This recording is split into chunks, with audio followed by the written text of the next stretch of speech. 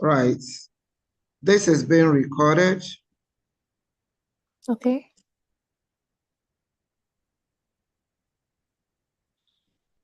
I guess Kuka is in the waiting room. 6:02. Please, let's get here before time, not after the time. I think we reiterated that at the last meeting, and so we should keep at it and make sure that we are serious about what we want to do. So, Natasha, how had your day been? Good evening, ma. My day went well. Thank you. And how are you doing, ma? I'm good. I thank God. Don't come late next session. 1 minute. Yes, ma. Sorry, ma. I'm still on the way. I've not even arrived home.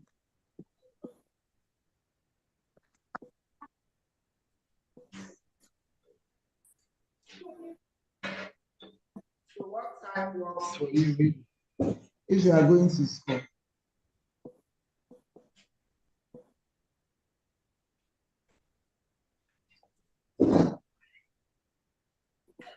I said, what time works for you? You said you are still on the way. What time works for you if you are going to school? No, I'm okay. Sometimes we close early that by 6 I'm at home. Then sometimes it's late like this. It's okay. It's okay. All right. So the topic we are going to be looking at today is the very first one on your curriculum, which is the introduction to procurement. Ruth just told us before you entered. So I don't want to waste too much time looking at that. So right away, I'm going to be sharing my screen. I hope that you know that this mentoring session is only to reiterate what you have been taught. It's not in any way to reteach, what you have been taught. So I think do take action, and the World Bank feel that sometimes when you teach once, which is true, when you teach once, it takes another looking at it and another looking at it and probably another looking at it all by yourself before you can understand what it is, especially in a terrain that is new to you. I do not know whether the procurement terrain is new to any of you, or you have been playing in the procurement space before. But they are just looking at it that to make sure that what they have taught really stays. That's why the mentoring program. I just want this to sink in. So it's not that we want to replace what they have taught, but to reiterate, to have another look at what has been taught so that it can be properly taken in. So for the very first one, we are going to have the intro to procurement.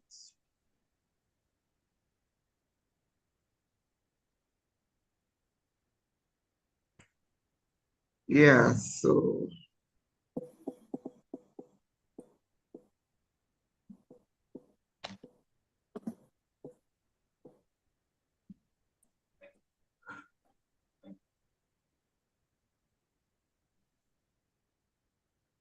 I'm trying to share my screen. And if you do not see what I'm sharing, just let me know. And if you can also, you can let me know. And just as you have always been told, or you have always known, I'm going to make the two of you co-hosts. so that in case of incasity, in case the network messes up as usual, you only need to just stay on. You don't need to do anything. Just hold on and I will be back. Okay? The hosting of the meeting may fall on one of you because right now I'm the host, but the hosting may fall on one of you. You don't need to do anything. When I come in, I will reclaim the hosting. So, introduction to public and private procurement. If it's a topic that I'm calling out and you haven't been told, you haven't been taught, please do well by just raising up your hand and let me know. Because remember I said, all we want to do is to reiterate what you have been taught. It's not to practically, you may be seeing some new insights in what we are now saying, but this doesn't mean that we want to practically push aside what you have been taught or want to come back to teach you new things. Is that understood, please? Yes. And you can unmute yourselves if you don't have any noise at the background. But if you know that you have other people, noise, disturbances at the background, then you can stay muted. So I believe you've been taught introduction to public and private procurement. All we want to do is to have a look at it again. And yeah, that's your mentor. My name is Olaushebi. Okay, as I have introduced myself, I'm an entrepreneur. I play in the space, that is the procurement space, both public and private. These days, I must tell you that the public terrain is a bit not there, maybe because of the economy of the company, but if we keep trying and we keep looking out, we still get some. And then the private procurement, you can go all out because your family, friends, colleagues, everyone around you, all private corporate entities are your playground, so to say. That's the profile. You don't really need to go into that. Now, what is procurement? And another thing we want to do in the mentoring segment or section is to break these things down. Like all the big ways it has been explained to you, we just want to bring them home. We want to bring them down to the level we can truly and quickly understand. So it is a process of acquiring goods or services, but it's not always good. Sometimes you may be trying to bid for services like cleaning, and other services. I know one of you is into souvenirs. I don't remember what the other person is into. So can you remind me who is into souvenirs? I think Natasha is into souvenirs. Yes, it's Natasha, ma. Ruth, what do you do? What are you into? Okay, I'm an agro processor. I'm into the processing of natural spices and everything that has to do with spices. All right. So both of you are into goods, so to say. But at the end of this mentoring program, when you understand procurement enough, it won't be a bad idea if you are into goods and services. I'm into goods and services. In the branding section, I'm into goods because what we do there is to produce point of sales materials, and we still have services even in the branding because we go into human branding. That is, we want to brand you as a person. That's a service. we don't sell human beings. We brand human beings. So we brand artists, musicians, and all of that. That's in the branding company. And then even still under Consult Group, we are still into services because we do corporate cleaning. That's a service. It's not as if we are selling cleaning, but we have our services. And in the entrepreneurial development section also, that is also service. So you can be in goods, you can be in services, and you can be in both. All right. So when you want to ask to be for you to supply goods, services, or works, you know, when we're talking about works, we are talking about construction. You know, you want to construct the roads, you want to build houses, you want to go build swimming pools and deliver for people and all of that. These are works, construction works from external sources. That is not your family, you are not doing it for free. So you want to go all out. That is procurement process. You acquire goods, services, or works from external sources. And it involves identifying the needs. This is the basic thing. Before you go asking anybody for procurement, you must have identified the needs. You know, you must have done the needs assessment of this. It will be foolhardy for me now to go to Ministry of Youth and Social Services and I'm saying, I want to supply your hospitals with needles and syringes. You know, it sounds absurd. They will be wondering what the matter is.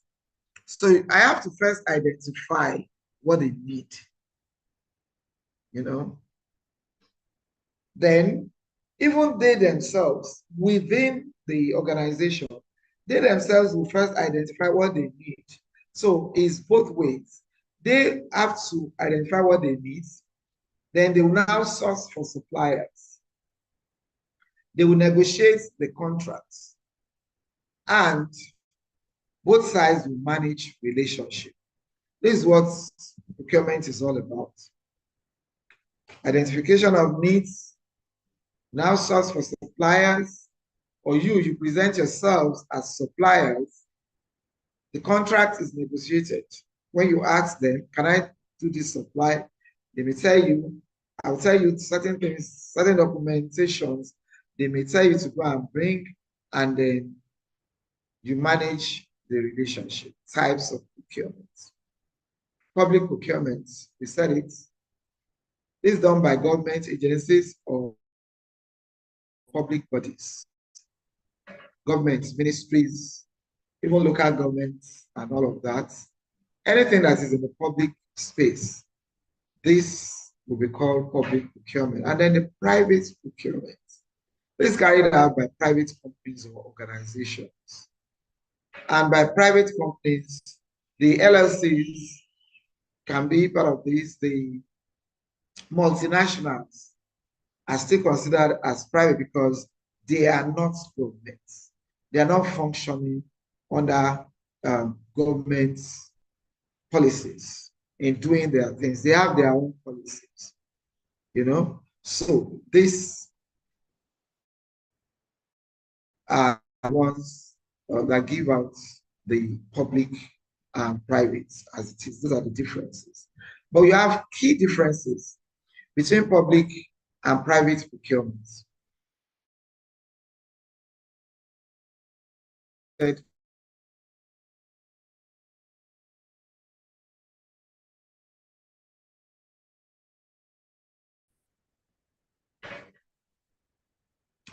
Please unmute yourself so that answers can come faster and we know that we are all together.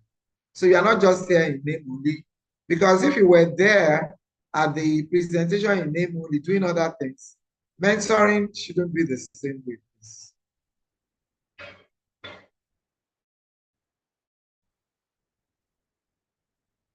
Okay, can we please put on our videos?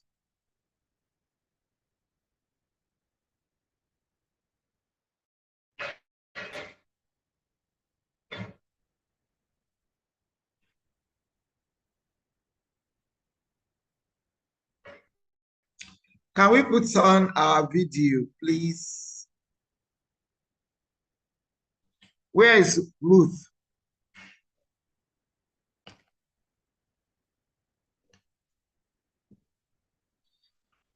So, Natasha,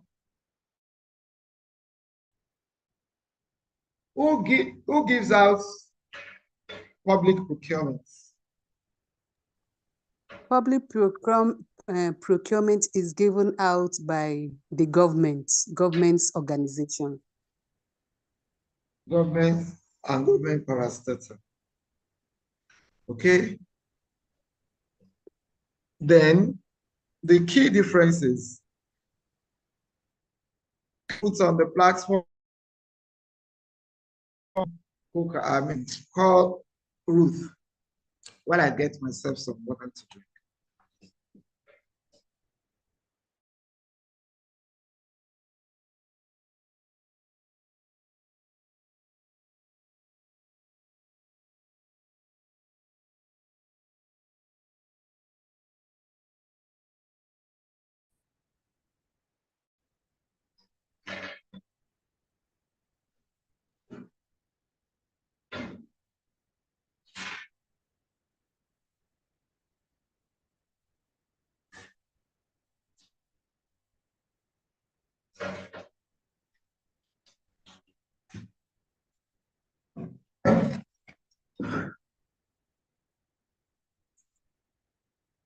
Are you able to reach her?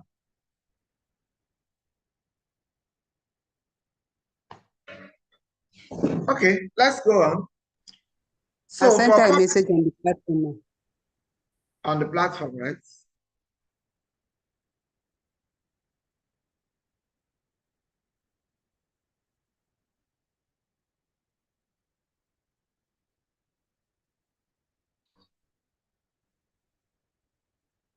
So, Ruth, what happened?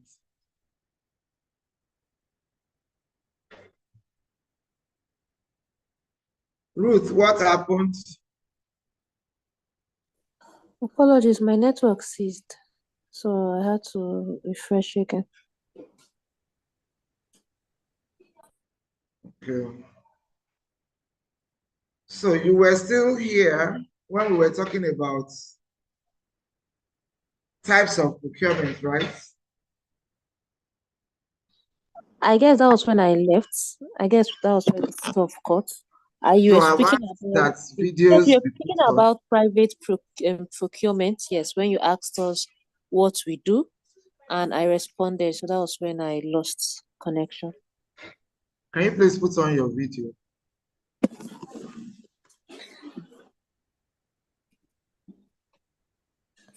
Okay. It's good for us to see your fine face.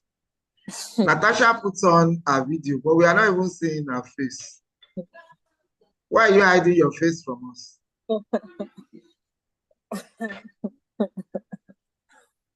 Why did you put us to be looking at your ceiling? Place your camera properly.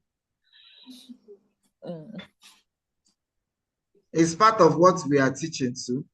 Because, you know, someday soon, by the grace of God, you'll be on the other side of the table. You also will be mentoring others. Is that not correct? Yes, ma'am.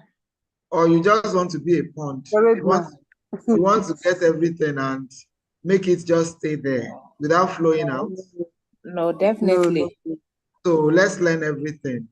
Natasha, your camera is still not properly placed. You need to move up a little bit. Yeah, that's better. A little bit more.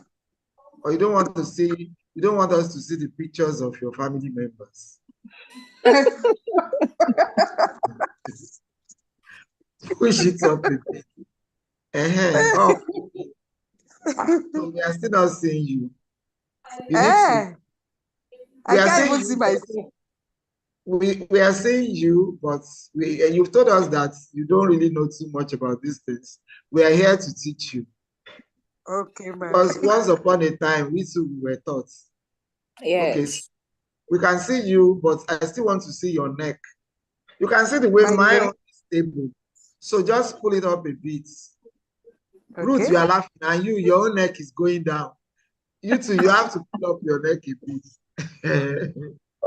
I'm laughing at her. Why yours is also going? All right. We are now looking at the key differences between public and private procurement. Who are those that give out procurement, that does procurement processes in the private sector? Ruth, at least you heard that before you left. No, I didn't hear that. The last part I heard was when you asked Okay, us. from what you were taught at that time, at least you were taught. I've already told you that my duty here is to reiterate what you have been taught, not to. Who are those that are in charge of procurement for private sector? I can't remember honestly. You have just brought out the answer. You just said it now. The answer is actually in the question. What are those responsible for the procurement in private sector? Those in charge of private sector. The people in the private sector. So you now start thinking, who are the people in the, because that's what mentorship is helping you to do, to think out the answer by yourself. I'm not supposed to throw the answers on you. Who are these people in the private sector? I get registered in the regulatory bodies, for example, CAC, because I believe before you those who give out jobs. CAC doesn't, except if you register as their contractor or vendor. Natasha, you want to help us? The private sectors are private organizations, NGOs. Okay. Yes. Those are the people in the private The corporate sector. bodies, the multinationals. I mentioned those ones. You know, even your own companies, if you have registered companies, you belong to the private sector, and you must have been giving out procurement without knowing. Because when you tell somebody, I need this, maybe I need to make t-shirts for my staff, or I need to make t-shirts for those that we go to the market to sell these things for me. I'm outsourcing my marketing, but I need them to be identified with me. So I'm making caps. Those people you gave the job to, the tailors, the branding companies you gave the job to make those point of sales materials to, you are giving them procurement. You know, you have procured those things. Remember, let me go back to the very first slide. My very first slide says, sorry, I put off my video because network is warning me. Okay, so this one says Introduction to Public and Private Procurement. So that's what we are doing. What is procurement? It's the process of acquiring goods. So you that you are giving the jobs out to acquire those goods, to acquire those t-shirts from them, you are partaking in the procurement process, because you need to understand what procurement is before you now understand every other thing we may be talking about in the procurement space. When you are acquiring those goods, you are in the process of procurement. When those people are tendering, when they are asking you to give them the jobs, they are also in the procurement process. So both ways, you are giving it out, somebody is taking it. Okay, so that is what procurement is. And you will first need to identify your needs. Then you will source those who can do it well, sourcing suppliers. Then you negotiate. When you are saying, how much are you taking? And the person is saying, I'll do it for 10 naira. And you are saying, I have 5 naira. That is the negotiation stage. And then when the job is going on, you are managing the relationships because you are looking out for them. Is it well done? They are probably asking you, what are the sizes you want again, and all of that. You manage the relationships, and these are what you have involved in the process of procurement. So the key differences between the procurements done by public or by private. So public versus private. In the public procurement, this is regulated by law. That's why I said those in the private procurement space, they are not controlled by the government policies. But for the public procurements, they are regulated by law. They have their rules, they have their regulations by governmental laws, funded by taxpayers. Government doesn't have money, except for Natasha is already hiding her head again under the table. So the funding is by taxpayers, and the processes are very transparent. Or let me put it this way, the processes are supposed to be very transparent. Okay? Because they are supposed to, like, they are being guided by the law, they are regulated. So when you are looking at it, you will say, that's why we have due process. And when you want to procure for government, you have to have so many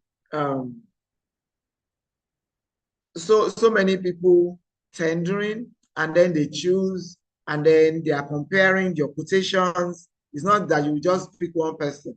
You know, they have to follow the due process. And more often than not, I haven't seen any government public procurements that is not open bidding. The open bidding may not be relative, but it is still open. What do we mean by open bidding? Everybody will be involved. All the people that have put in their quotations, all the people that they have chosen, because you also go through stages. It's not everybody that will put in their proposals that will be chosen. I'm sure you have known all of this. You've been told that there are certain things that you need to meet up with. Like, for instance, the papers that you need to have. You cannot be unregistered business and then you want to work with government. You cannot. And then there are some things you have to scale through before you are even chosen. So before we even now start looking at, can you even do it? Do you have the resources and all of that?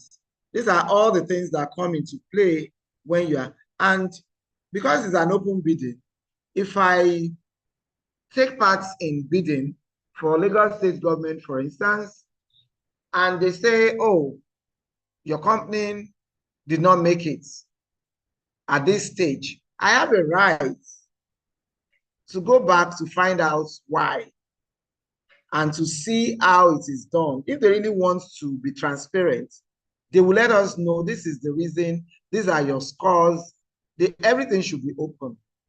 I hope this is clear. So when you are trying to bid with governments, you have to be prepared. The money is there, but the job also has to be done. You have to be well registered. You have to have your papers. You have to be a taxpayer. That's why I mentioned that all these jobs you want to go and tender for are funded by taxpayers. So if you are not a taxpayer, why do you want to partake in what you are not part of? So what goes around must surely come around. It is supposed to be open bidding. Now for the private procurements. Private procurements are guided by internal rules of the corporate bodies.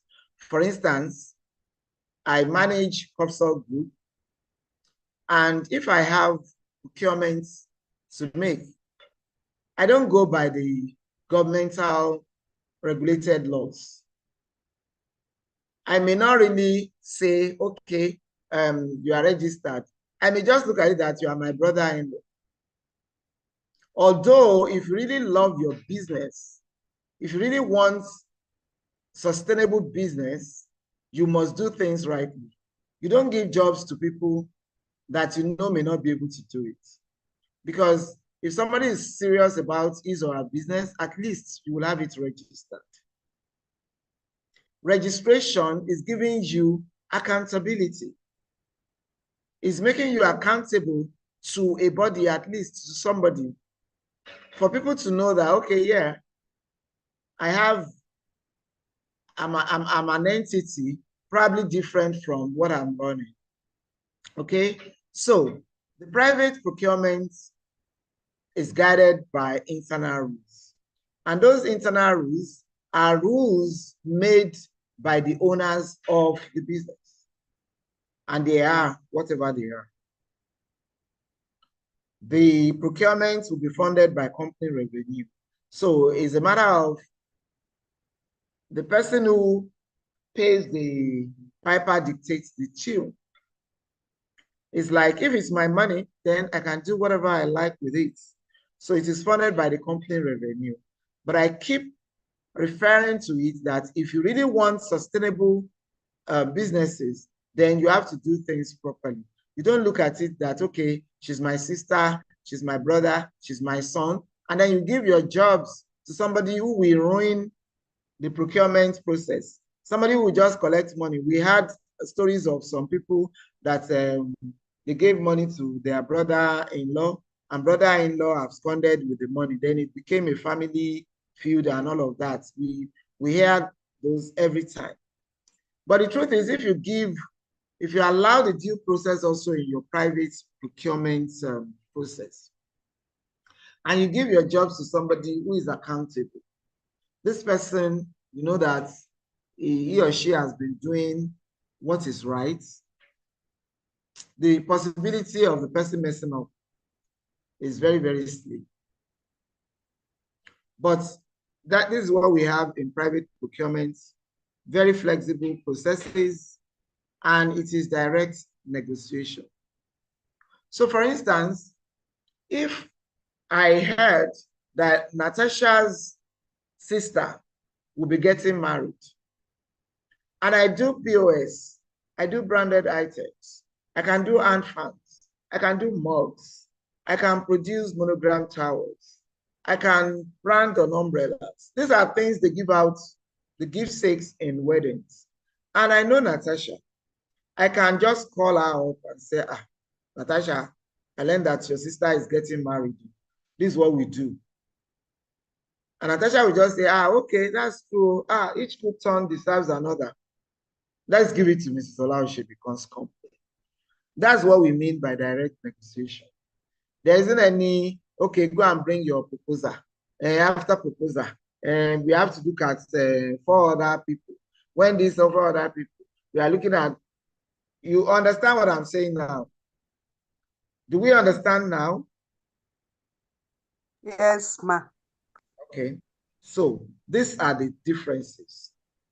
The private sector is kind of very flexible. Very, very flexible. Oh, I want to make uniforms for my production staff. Then I'm saying, come on, you are a tailor, come and make it, you know? So, procurement process overview. Like I have mentioned earlier, I'm just trying to repeat so that it can sink in. You have to identify the needs. You do your need assessments. If you are the one giving out the jobs, you identify needs. If you are the one that wants to bid, you need to also know what they need. That's part of the strategy. You cannot go asking somebody what the person doesn't even need. They will look at you as if you are an unserious business person.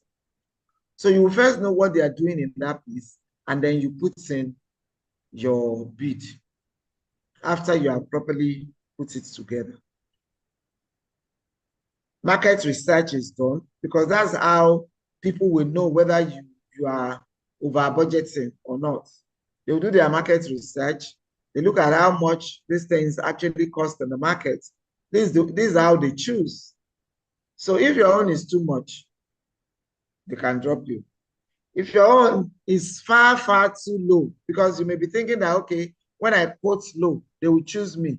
When your own is too low, compared with what they are seeing in the research space, they may start suspecting that you are going to give them fake stuffs. So you have to have balances. The balances just have to be there. You must be given something that is worthwhile and at the right price. Then people will solicit for bids. You that you want to get the job, you will solicit for the bids. They will solicit for the quotes. They will solicit for, those that want to give out rather, they will solicit for bids. This is why you see that people advertise bids. They advertise, they put it out. These are the things you need to take note of, because during this process, during this session, we are going to look at proper bids. You are going to have your own bids put together. So these are the ways you see bids. They advertise. You can see them in the papers. You can see them everywhere. You can see them. You can hear on radio. You can see them on the televisions. You can see them online. They will solicit for bids. A lot of them are online actually, because everybody is actually moving online. So you see e-procurement. We'll get to that as well. They may ask you for bids. They may ask you for quotes. We call that RFQs, that is request for quotations. Okay. Then they will sit down and evaluate the offers they have. There are many people doing what you are doing, and they also are probably interested. So they will evaluate the offers. Contracts will be awarded, contracts will be managed, and contracts will be closed. End of story.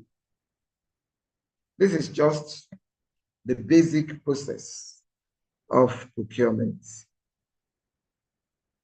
And then common procurement methods, open tendering. You will bring out your tender. They will ask for tender openly. They will ask you to bring these things. Then they can request for proposals, RFP. They can request for petitions, RFQ. Okay. Single source procurement, like we just mentioned, and framework agreements. You agree to a kind of framework that you are going to use in the supply process. The key roles in procurement: the procurement officer.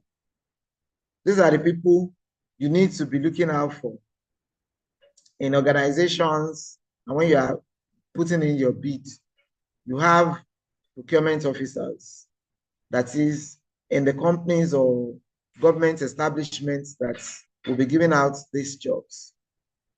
Then we fall under supplier and vendor. We also fall under procurement because in our own companies as well, we may have procurement officers.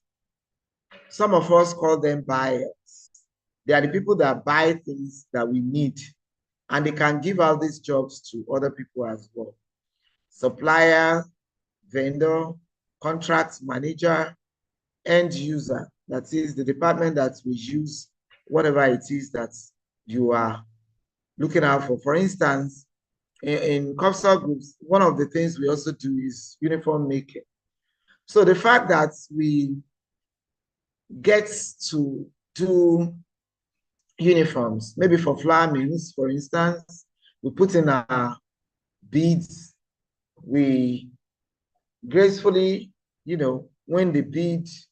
It doesn't mean that it's the procurement officer that will wear the uniforms.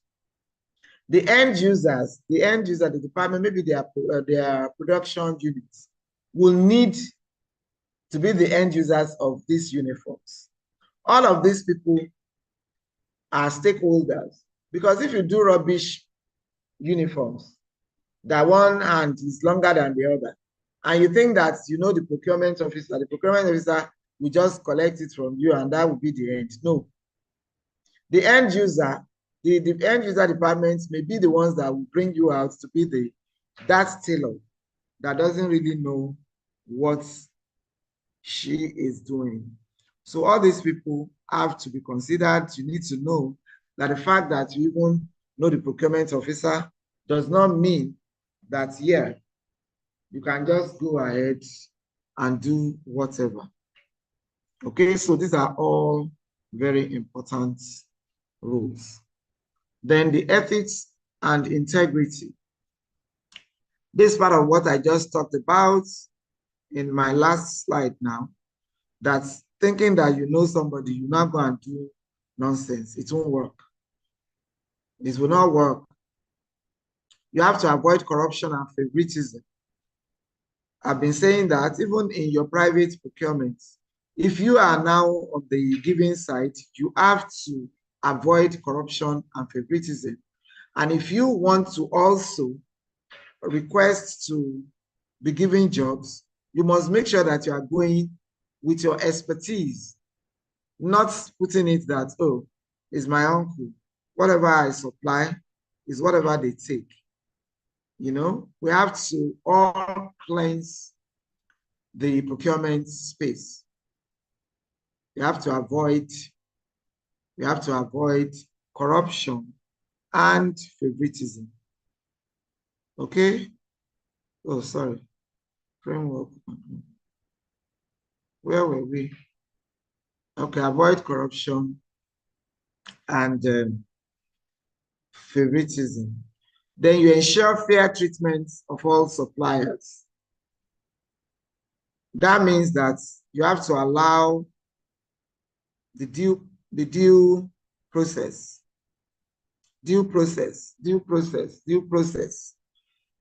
Make sure you go through the rules, the regulations, and everything is fair to everyone. Then you promote transparency and accountability. This have to. And why we are teaching this also is that you can ask for this, really. If you think that you have been cheated, you can ask. You know, they can show you your scores, because there are scores to every section of what you are doing. Your papers, are they complete? Are you properly registered? Do you have what they have asked you to have? If you know that you tick all of this, and some companies will actually expose you to how these things are mapped. Like if you have 100 maps, they want to tell you if you satisfy them with your regulatory papers, this is how many marks you'll be given. If they say, are you ready? Are you able to finance? They're looking at your financials. It has the number of marks that you must score. You know, you can ask for all of these and they know whether really there's transparency and accountability. And I'm sure they will oblige you. Now, when you want to look at real-time examples, for the public, a government ministry buying vaccines, for instance, maybe the Federal Ministry of Health, they want to buy vaccines, and your company maybe produces vaccines or you supply, you can apply. You only need to ask, or you look at all the regulations, what they need and all of that, and then you put in your bid. Then road construction by a federal, state government, that's work. You can also apply, that's public. That's public. Then private, like a tech company sourcing laptops for employees. You see a lot of this, and they say, oh, we want to buy 5,000 laptops. It could be for their employees. They may want to use for CSR, you know. MTN does a lot of this, so you can look out for companies like that. Sometimes you don't really need to be that company that manufactures laptops. No. But if you know that you are entrepreneurial enough, because I put my eyes, I'm supposed to tell you about all of these things, and this is why I'm coming clear. I also put my eyes into some of these things. You see that some companies want to buy laptops. I don't have to be the manufacturer of laptops. If I know that, oh, they sell laptops in Computer Village, or I know somebody that imports laptops, and I'm going to get it, I will be getting these laptops cheaper, and I can compete favorably in this thing, I'll put in my bid. That's how entrepreneurs behave. When you see an opportunity, you latch onto it. When somebody asks you, can you do this? Your first answer should be yes. And then you now go and look for how to. At least, even if you are now not able to do it, you would have tried. And this is where most of the time women fail, because most of the time women, I don't like to say we because I'm not part of those kind of women. They look at it that, oh, what if I fail? But the truth is, failure is actually part of success. You need to fail before you succeed. Because if you do not even fail, you don't know what success would be like. It's because you have tasted failure. That's why you know that if I've done it this other side, if it had come out this way, then it will have been a success story. As you see me here, and I'm telling you that I operate in the branding, the corporate cleaning, and the entrepreneurial development spaces. If you come to me, in the cleaning section, what I do is cleaning, like corporate cleaning. So you clean houses, you do post-construction cleaning and all of that. Then somebody now meets me and say, oh, okay, are you able to do, which one can I even readily, because, okay, this one had even happened before. I was in the car, many years back, I went to pick my children from school. And then I was in the company's car, the corporate cleaning vehicle, branded into Precise Cleaning Services. And we were waiting outside.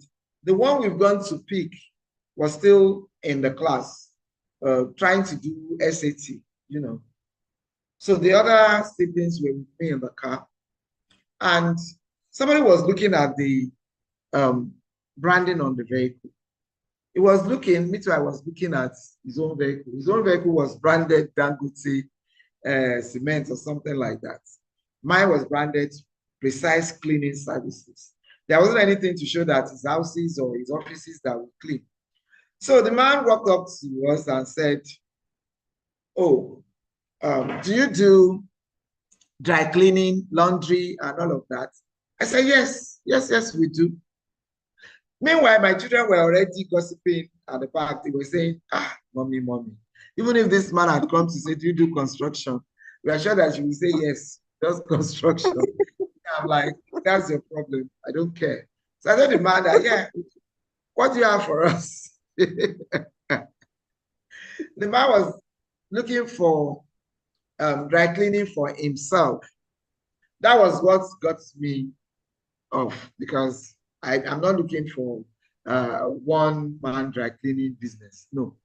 I thought he was going to tell me that, oh, in Dangote, all of us can give you our clothes to dry clean, because I saw Dangote cement on the vehicle he carried. Then I was already working my head towards, okay, you tell me to bring my bid, and then we'll be that company that I'll go and look. By the time that first supply, I may look for a partner that is already into dry cleaning business. We do that together. But the next supply will not meet me on the same spot, I tell you. the very next supply, the very next bid, if it's that big, will not meet me on that same level. I probably would have opened my own dry cleaning services, and we join that. We move. That's how to do business. It's not that I would not say, oh no, we don't. What is it that we don't do? So when he left, the children were making fun of me that, oh, they knew that you were going to say yes. I said, well, that's what we are taught in the school of entrepreneurship. The first answer should be yes. Okay, so that's actually now on this my service. I don't understand what's happening to services in Lagos. Well, okay, so that's what it is. That's the end of our. Okay, so I talked about tech companies sourcing laptops for employees, and then we are looking at also a production company making uniforms. I actually said that entirely. A production company making uniforms for the factory workers. I mentioned that when we were talking about the stakeholders, when you are looking at procurement. So thank you for listening. It will now be time for questions, if you have any. Thank you so much, Ma. Yeah, you're welcome. Okay, thank you so much, Ma, for the lessons. I was jotting down one or two things that was said. I want to ask, because when you spoke about procurement, or when people talk about procurement, we hear something like, as you said, uniforms, we hear laptops, we hear medical equipment, we hear. Can you hear me, please? Yes, I can. Okay, we hear medical equipment, we hear every other thing outside of spices or food. So sometime last month, should be last 2 months, sorry. There's this lady I follow online, and she said something about someone introduced her or linked her up with a bidding in Cameroon or in Nigeria, where they were bidding for curry powder. A company needed 1,000 pieces of curry powder for the next 3 months, and they had to bid for it, and her own recipe stood out of several others. And honestly, that was the first time I was hearing about bidding when it comes to food stuff. Because when you hear bidding, yes, I know we all have entrepreneurial mindsets. We should look out for different ways on how we can become entrepreneurs. Like, oh, you hear about bidding of this, you go follow them to go look for it, get the prices, make the profits. But I have not really seen bidding in my Food field of industry. study. Yes, in the food industry. Okay, It's something so I that's want to put it to you. I want to put it to you that is because you have not been on the lookout. In one of the slides, we told you that when you want to bid, okay, things that you need to put into consideration. And I remember I said that you will identify needs. Identify needs. And I said it is both ways. Okay? Have you tried to identify needs? Those who need your spices. Okay? Because how do you think let's even look at it this way. In the government houses, how do you think they feed? Do you think it's the first lady that goes to the market to buy foodstuffs? No. Okay, so that's an opportunity. Can you see now that it's because you are not looking out for who needs what you have? It's because you are not looking out for those who need what you have. You have to identify needs. I said that, and I have actually 2 slides that spoke to that. I first put it in the initial, in one initial slide, and then I reiterated it again in this other one. I remember because I know that this kind of question may come out where people think that what they are doing is not needed. For instance, we are looking at services and I'm saying, oh, people don't really ask that they need cleaners. But have I looked out to say, oh, do you know that when I'm training cleaning, I love to train the module, the psychology of cleaning, vis-a-vis the psychology of cleaners. Because most cleaners also think this way that you have thought, that, oh, they don't look for them. They are the ones that, but you know that as I speak, cleaning, it is an aside, but a good one. Cleaning is actually the best profession in this whole wide world. As we speak, there is a cleaner in your president's room. It is not the first lady that cleans the president's room. Do you agree with me? Except if it's just this first lady that is hands-on first lady. For instance, Ms. Zola won't change. Even if she becomes the first lady of any country, I will still want to clean my room by myself. I will still want to clean our room by myself. But at least in the first family's space, there are cleaners. In the White House, there will be cleaners. It is not the first lady that will clean the kitchen, that will clean plates, that will mop the floors. No. So why are you not looking at it that, okay, they must need cleaners in this government house? Let me go and find out. So it's the same thing. If they are eating in government houses, they must be putting spices. Okay? And there are some medicinal spices as well that pharmaceutical companies may need. I'm just thinking on top of my head right now. So are you looking at pharmaceutical companies and you're saying, what would they even need?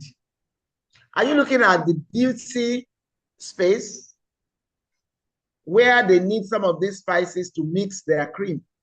Because it's actually spices they are putting and they are using as Abi. Shebi, they said they normally put, what's this one that they said will make you to be fair complexioned? At least I've heard it. Oh, turmeric. Is that not a spice? So can you see now that it's because you are not thinking deep. You are looking at spices as something that you just put in soup, you put in your jollof rice and you eat. But spices have gone beyond that. So you need to do your market research. You need to do your research. You need to go all out to know who will need my thing. Where are they getting their supplies? What can I do to make money off them? I hope this answers your question. Okay. Yes, my good. Thank So you. try to search further. And you can look at other countries as well. You can look at opportunities. And these days, the whole world is a global village. You only need to go online to find out where spices are used. You know, which industries can I sell my spices to or through? And then you have the idea, and then you keep going. Okay, so any other question? This is supposed to be from 6 to 7. We already have 1 minute after 7. But we can take your questions because that's why we're here. Okay, Ma, I want to ask the difference between request for proposal and request for quotation. The answers are in the questions. Request for proposal. Proposal is what you need to know the meaning of. Request for quotation. Quotation is what you need to know the meaning of. So can we start from that? What is a proposal? Okay, proposal. Yes. You're seeking for something. you propose, whether Okay. you will be given the chance. Then quotation is something you have already known the prices. You're putting out your quotation. Am I right? Proposal. Well, I think you got the proposal right. You have to put there, Sha, that it has to be a formal thing. A formal thing, something that is formal. It's not something that you just go and use mouth to do. You know, Okay. most of the time, written, and you are putting it out for consideration. Okay. So you are putting your intention out for consideration. You are proposing, even when you want to marry somebody, you propose to this person. You propose, you make your intention known. But when you are talking about proposal in procurement, this is a written thing. So when they are asking you request for proposal, they are telling you that come and make your intention known to us.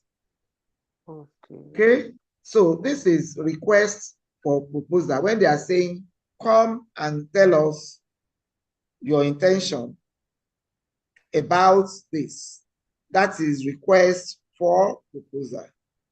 So Okay. when you are now saying request for quotation, request for quotation not necessarily mean that you know the proposal or whatever, or you know the price. This is also a document, a written document to solicit for pricing and other details. It's not only for pricing. So now you have proposed, you brought out your proposal, you made it known to them that they are asking you for request for proposal, and you have submitted your proposal in writing that, yes, I want to be part of this bidding. I want to bid for so, and so that you are talking about. That is your request. You have made your request, you have made your intention known. Now, they are now telling you to bring your quotation. You know, it's just big grammar when they are saying request for quotation. What they are really saying is bring your pricing.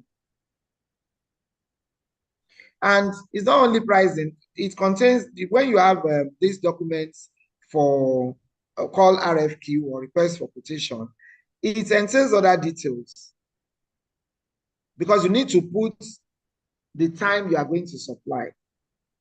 Your request for quotation outlines all of these, the specifications of what you want to supply. The quantities will be there. Of course, you have to put the quantities before you know you can give the price.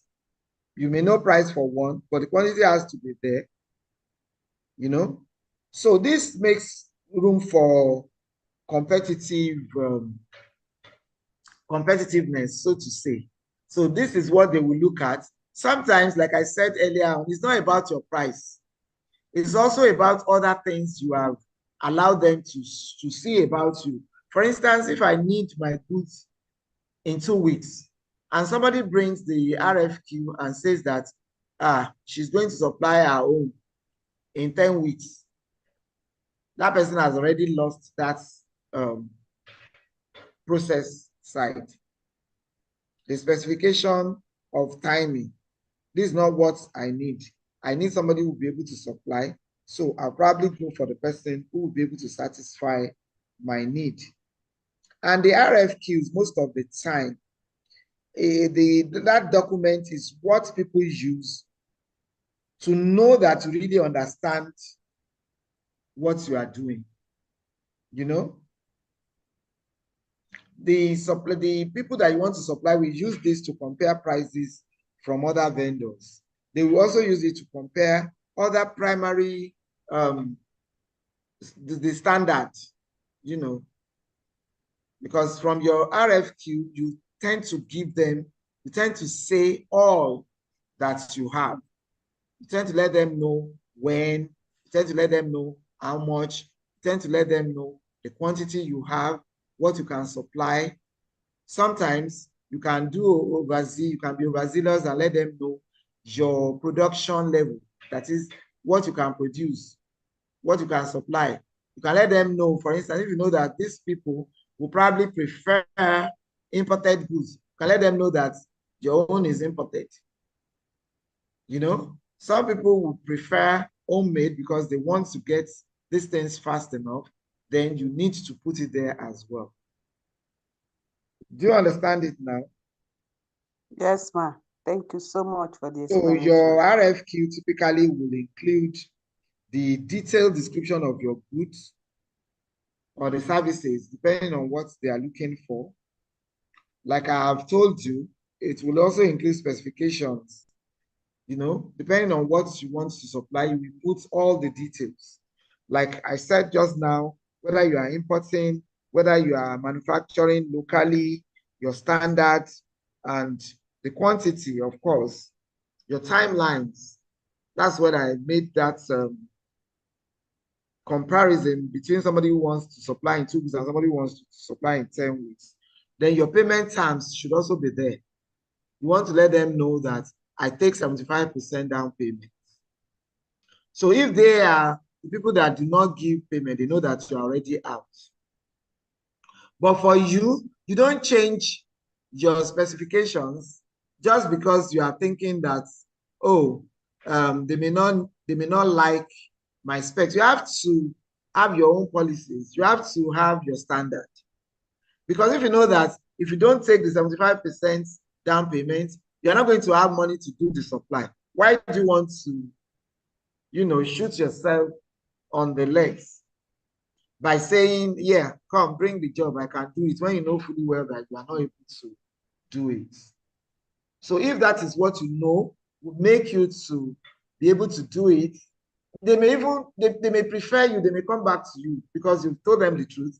They may make a mistake of giving it to somebody that said, yes, I can do it. I have all the money in this world to do it. In fact, the bank, all my banks are at my beck and call. And then they try these people and they fail. They will come back to you because you have been truthful, you know? So they will come back to you. So I need to drink some.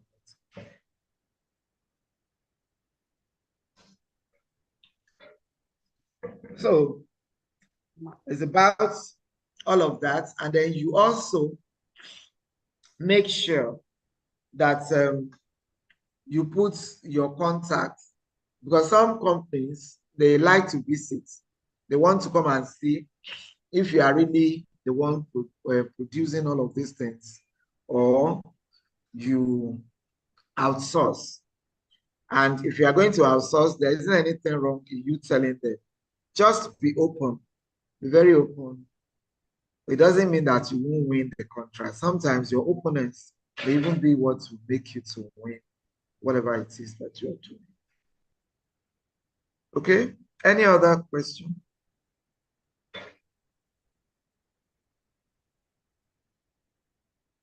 Okay, so we want to take it that we have done justice to this for today, and we can jolly well call it a day.